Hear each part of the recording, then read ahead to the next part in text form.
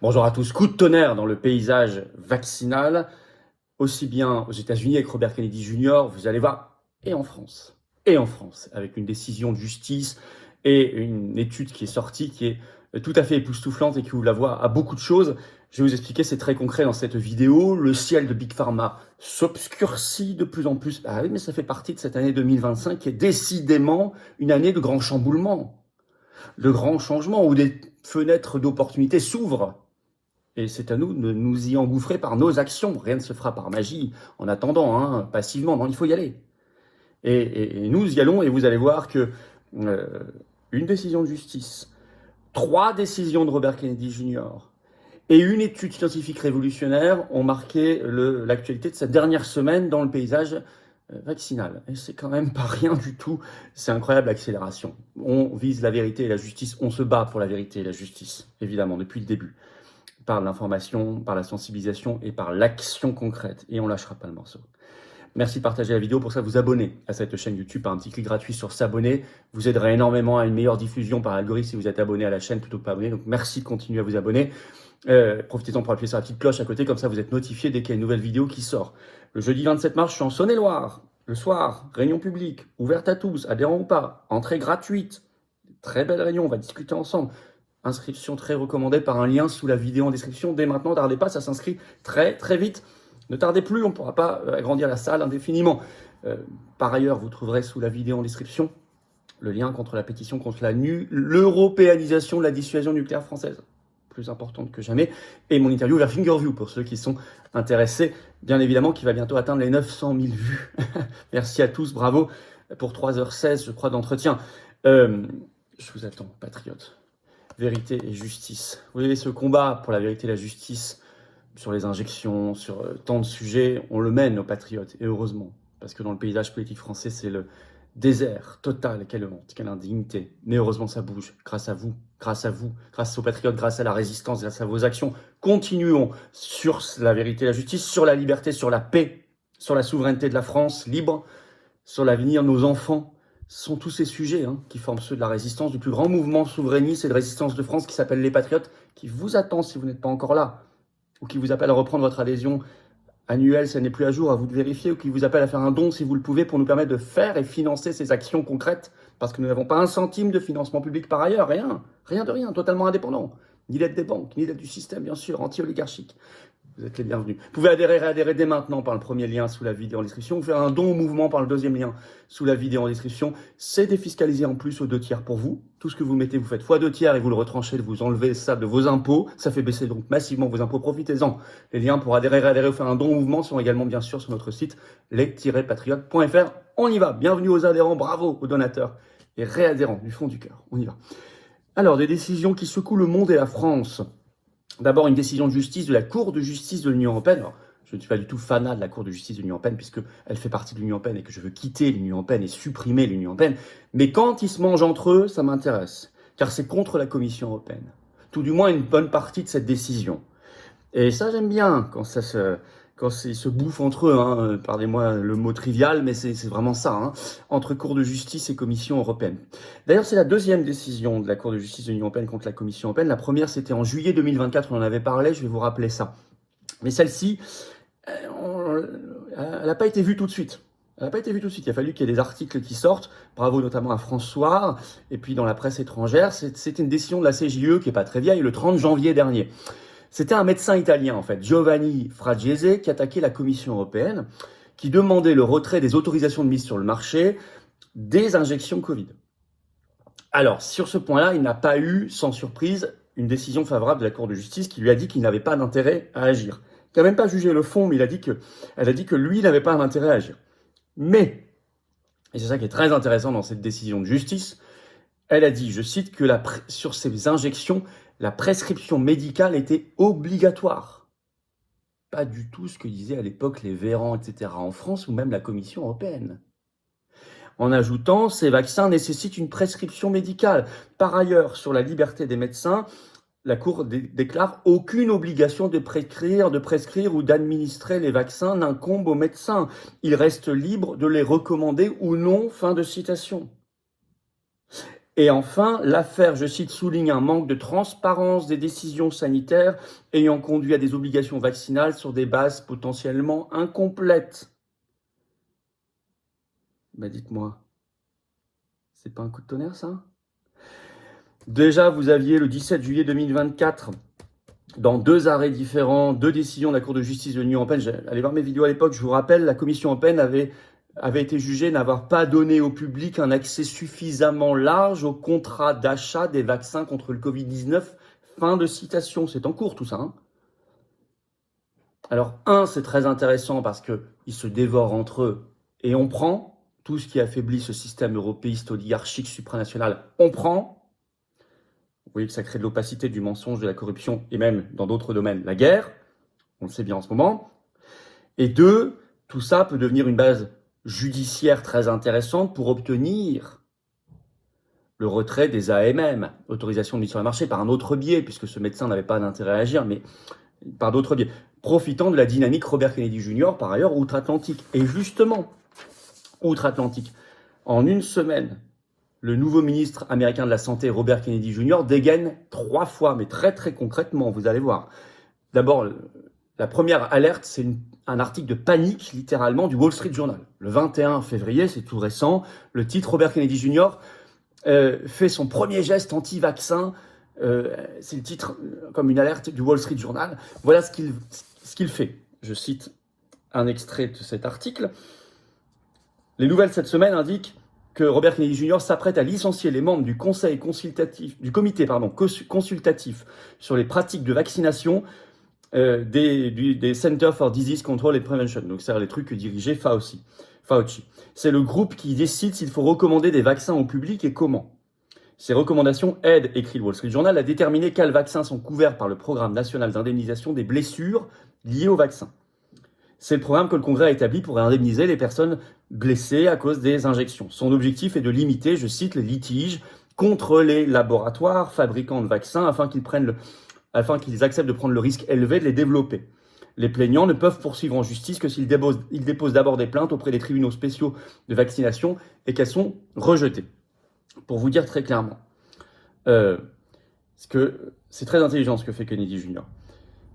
Ce qu'il veut, c'est enlever l'irresponsabilité des laboratoires.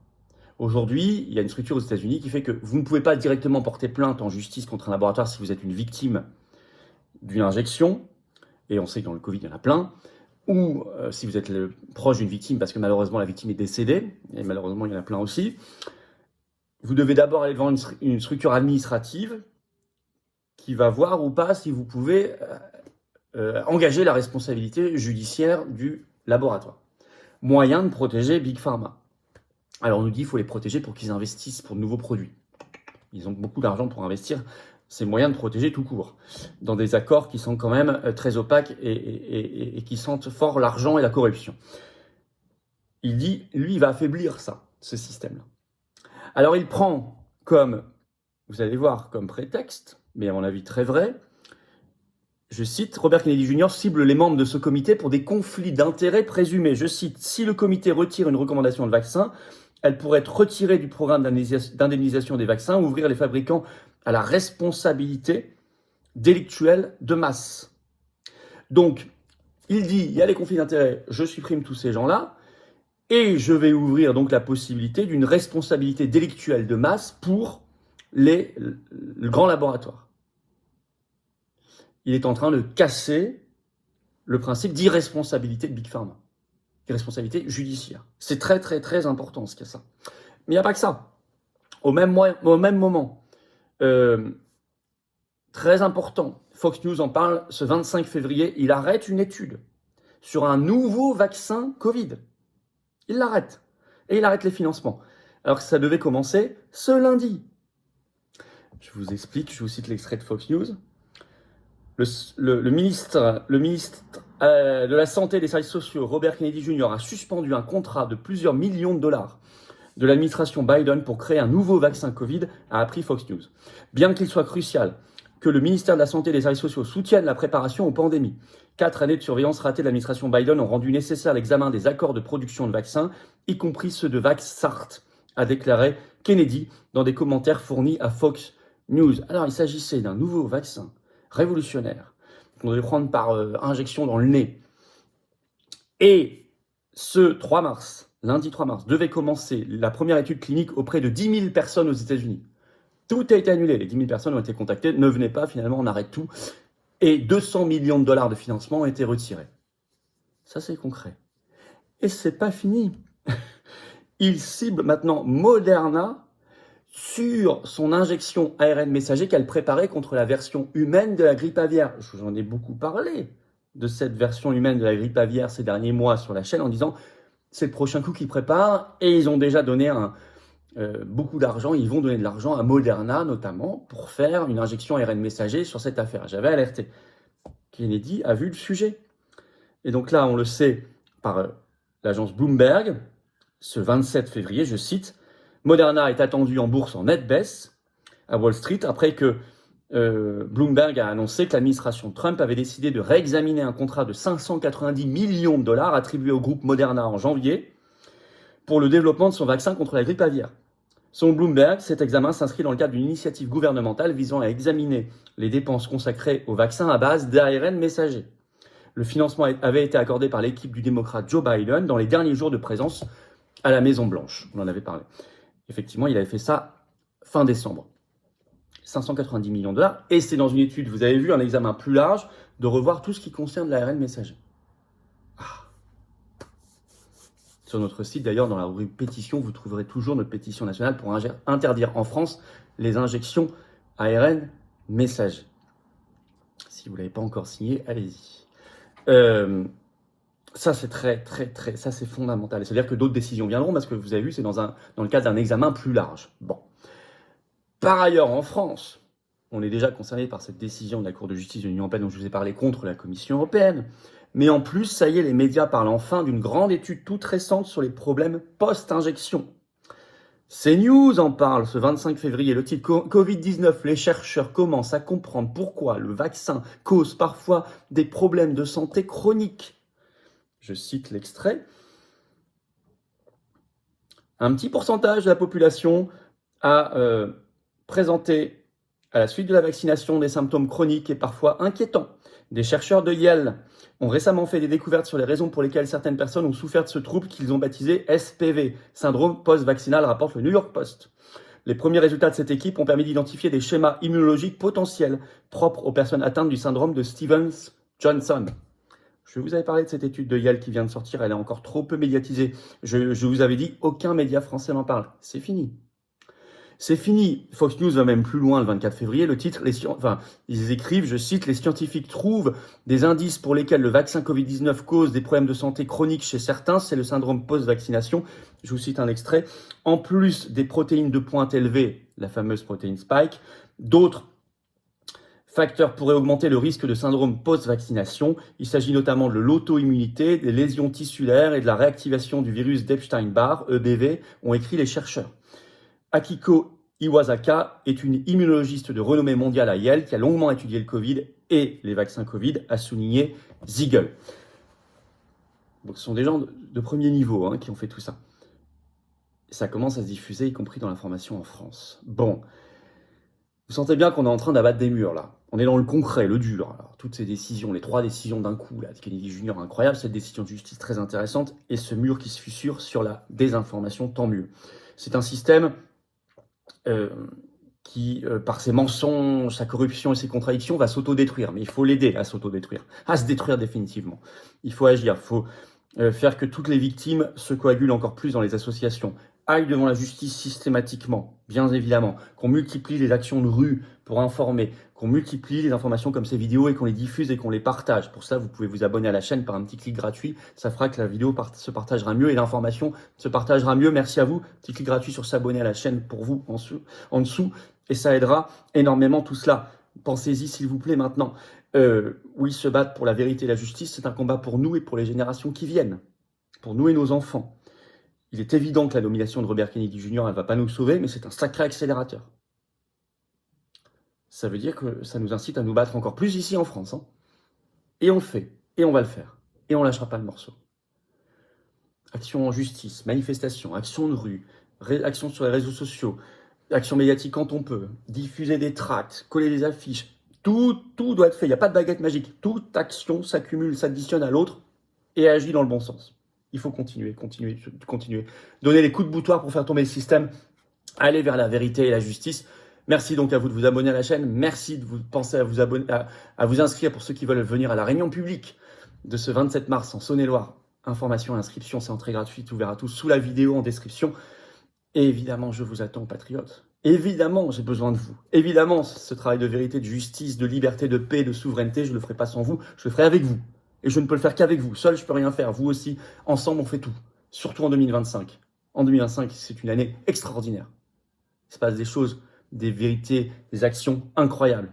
Peut-être inattendues il y a encore quelques mois, mais c'est maintenant. Alors il faut être dans le train quand il avance, pas rester à côté et le voir passer. Venez maintenant avec nous dans le plus grand mouvement souverainiste et de résistance de France, les Patriotes. Vous êtes les bienvenus. Vous pouvez réadhérer dès maintenant par le premier lien sous la vidéo en description. Ce lien, je l'ai mis également en commentaire épinglé, une petite fiche sur l'écran maintenant et dans quelques secondes, un lien sur l'écran. Vous choisissez. Faire un don au mouvement, c'est le deuxième lien sous la vidéo en description. Le don est également vital. Nous n'avons pas d'autres sources de financement. Nous n'avons pas un centime de subvention publique, je le rappelle, de l'État, de rien, ni des banques, rien. On est indépendant, mais ça coûte un peu, parce que nous on fait. Mais on lâchera pas le morceau. On lâchera pas. Donc merci pour ceux aussi qui font des dons au mouvement. Tout ça, adhésion don, c'est défiscalisé de vos impôts aux 2/3. C'est-à-dire que vous mettez 30 €, ça enlève 20 € de vos impôts. Ça vaut le coup, ça vaut le coup. Vous mettez 3 000, ça enlève 2 000. Vous mettez 6 000, ça enlève 4 000. Vous mettez 300, ça enlève 200. Vous mettez 10, ça enlève 6,60. Vous mettez 20, ça enlève 13,30, etc. Bravo aux donateurs, aux réadhérents, bienvenue. Aux nouveaux adhérents patriotes. Vive la France.